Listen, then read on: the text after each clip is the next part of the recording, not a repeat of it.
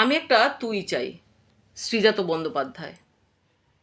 আমি একটা তুই চাই, একটা সত্যিকারের তুই চাই, যে জানবে আমার পুরো ভিতরটা, জানবে আমার লুকোনো সব দোষ, আমার বদমাইশি, আমার নোংরামি, আমার কলঙ্ক, যে নিজে থেকে আমার ভুলগুলোর অংশীদার হবে, আমার পাপগুলোকে অর্ধেক করে লিখে নেবে নিজের খাতার প্রথম পাতায়।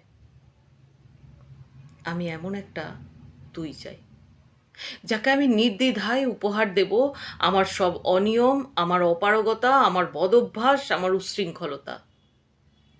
আমি পিঠ চাপড়ে তার কাঁধে তুলে দেব আমার অসহায়ত্বের ঝুলি, আমার একাকিত্ব, আমার নিঃসঙ্গতার কষ্ট, আমার দুশ্চিন্তা, আমার হতাশা, সবগুলো ঝাড়ুদারের মতো কুড়িয়ে নিয়ে সে বাঁধবে মস্ত বড় এক বস্তা।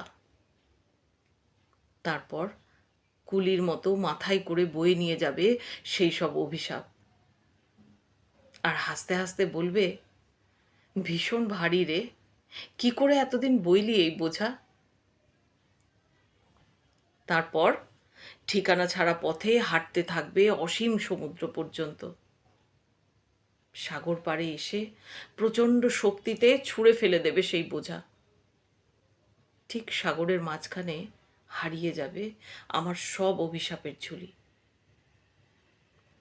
আমি ঠিক এরকম একটা তুই চাই, যে কোনো দিন তুমি বা আপনিগুলোর মাঝে হারিয়ে যাবে না।